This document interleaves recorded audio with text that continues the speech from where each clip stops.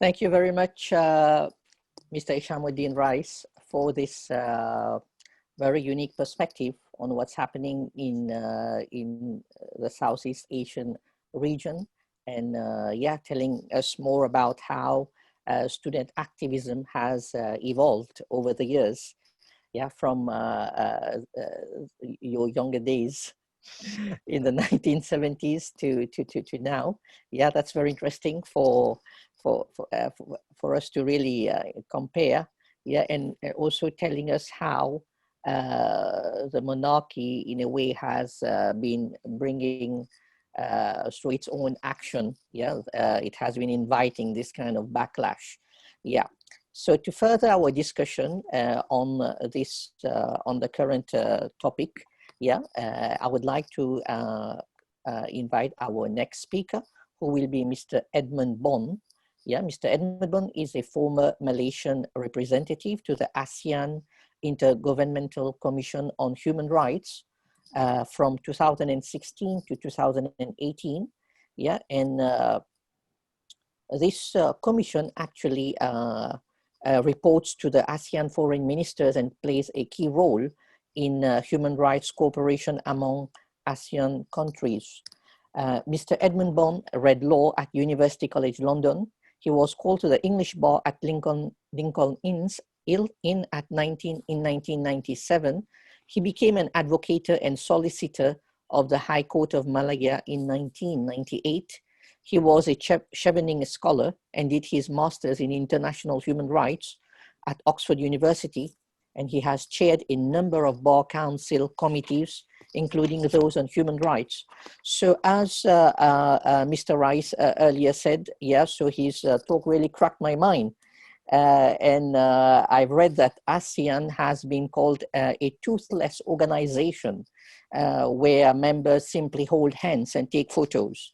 Yeah, so is that correct? Let's hear it from Mr. Edmund Bon, who can tell us more about this, how the Thai situation might impact the region, and also about youth activism, and also whether ASEAN can play a role in all this.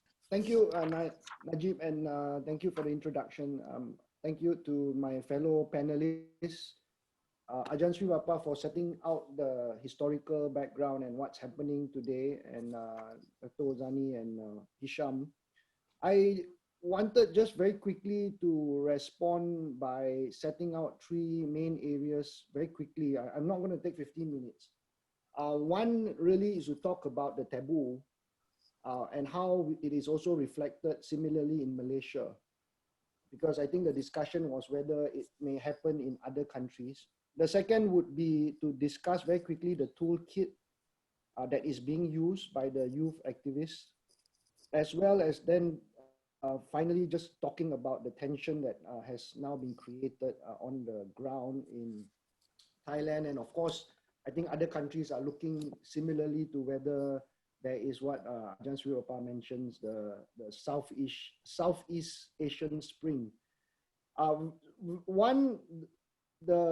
It's very interesting how the narrative breaking the taboo, and it was the human rights lawyer Anno Nampa that mentioned it in August. And I think that took everyone by surprise, because for the first time it mentioned critique about the monarch. And I think it's a bit smart, because the narrative also frames the discussion, if you look at the demands within the constitution. So amend the constitution to stop immunity, for example, amend the constitution to amend the laws to get rid of lèse majesté. Similarly, in Malaysia, this was done twice, but it wasn't done by way of a student or people-led protests. It was actually done by Mahathir at that time, one in 1983. He wanted to amend the constitution to remove immunity from the rulers and to remove the powers of the rulers to stop legislation.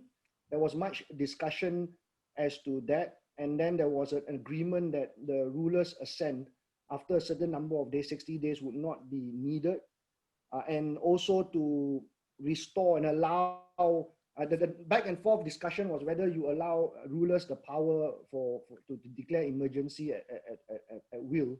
And we have seen that now being declared in one state in Malaysia. So that was one done in 1983. The second one that was done in 1993, also led by Mahathir's government. And this wasn't really people protest on the ground. Was in 1993 where immunity, partial inroads were made to the rulers' constitutional immunity from being prosecuted in the criminal courts, because there was a royal family that actually committed an act, and that act gave rise to discussions whether the royal family should have immunity. So in Malaysia, 1993, the taboo was broken, but it was broken in terms not on the people's, it wasn't driven by the people. It wasn't broken in terms of how the people wanted that narrative. It was broken by constitutional amendments made legally through amendments to the constitution through parliament, but mainly led by the then prime minister. So that one, I think, is one difference which we see in Thailand. Thailand's narrative is slightly different because it seems like it's being brought up by lawyers, brought up by students, brought up by the high school kids, which is different. And that's why it's so surprising and so interesting to look at that.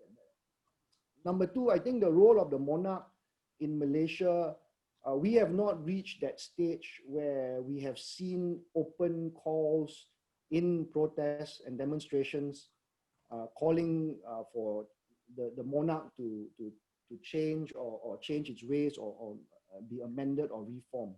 In fact, even when massive protests were happening in FORSEA, where electoral reforms were being called for, there were some civil society groups who were appealing to the monarch and appealing to the ruler to actually intervene to ensure that there was free and fair elections. We can see that under the constitution, the monarch has a check and balance of powers. There are powers to check and balance how the government acts.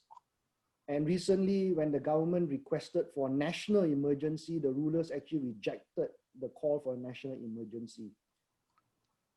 There's also a plurality of royal families. It's not just one king, it's rotated. Therefore, the conference of rulers in Malaysia also within themselves have a check and balance. It's not just one ruler that has all the say. He consults and gets advice from the other rulers, and obviously they're not going to make a decision which a majority of them will not be happy with. So I think there's a slight difference with how Thailand's monarch runs itself in the constitution. There's also a difference in how the majority group in Malaysia, whether race or religion, still supports much of the monarch. There's institutional and cultural system, even before the British came, that the rulers were actually heads of religion, heads of culture, heads of civilization, Islamic civilization. And therefore that still sticks, and that is still part of the federal constitution. So it will take a bit more than just excesses by the monarch to see some sort of uprising in Malaysia in terms of breaking that taboo. But the one point I want to make is that if you look at it academically, basically Anno Nampa, when he made that statement in August 2020 in the protest, broke that taboo and broke that third phase of power. So if you look at Foucault and you talk, Lukes and Foucault, you talk about third phase of power where people do not want to bring things on the table, do not want to bring agenda. They don't want to set the agenda because they are afraid to set the agenda. You can see that just by one statement in August 2020, that whole taboo and that whole power that is self-conscious and that has always been part of the mentality of the Thai people, right? Do not speak bad about the monarch, right? That has now been broken, and then it's very hard to stop. The second quick point about the toolkit is that the toolkit being used is still similar, but we have different actors and different players. So as rightly pointed out, you have the youth, the young, leading it is leaderless. It's no longer red or yellow. It's also young. It appears to be at the moment young and the older generation. So the older generation may say, okay, we are quite comfortable with this, but the younger generation says, no, we are not comfortable with the current situation, and it's our turn to take the lead. But the toolkit has always been the same, even in Malaysia. It's gotcha politics. Jesse Jackson always said, right, you need to have litigation. So you have 173 people arrested and charged, or arrested or charged in Thailand. You have strategic litigation on cases. You have, number 2, you need to have demonstrations. And of course, number 3, you need to have legislation. So the demonstrations calling for legislation, they will need reformers to discuss with government what amendments need to be made. And I read somewhere that the Prime Minister had acceded to 2 or 3 demands, although that's not enough, to amend the constitution and to agree to some of those reforms that are being made. The third quick point really is that the tension that is being created around, we can see how the Thai government or the police are trying to maneuver to say, okay, do we have a soft touch on this, or do we come down hard? I think today there was some statements that 2 or 3 student protesters who protested will be charged in court by government. That kind of tension and that kind of pushback against the protests, we can see around if it happens, and it happened in Malaysia, if there's a very hard line that's being taken against protesters, especially when in Thailand, the COVID situation seems to be so much more in control than in any other country, apart from, I think, Vietnam. But of course, Thailand, people, they are used to protest, right? If there's going to be a hard line being taken, it looks like there will be more people coming out. So I think that the Thai government and the police are in a quandary, because do you want to take a very hard position? You can have as many emergency decrees as possible, but people are still going to come up because the momentum started in February, phase 1, and then July, August, there's phase 2, and then we're looking at maybe phase 3 of the protest.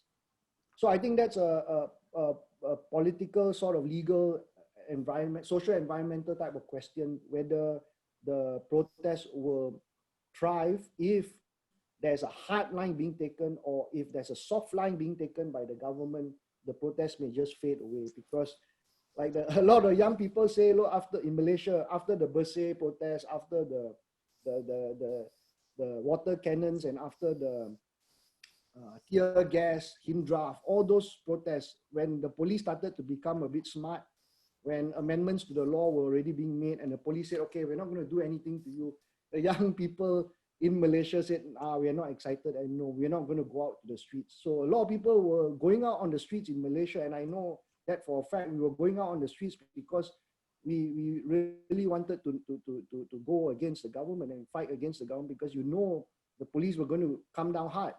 But if the police do not come down hard, then it's a whole different ball game, and new tactics would have to be formed and discussed and implemented. Thank you, Nageeb.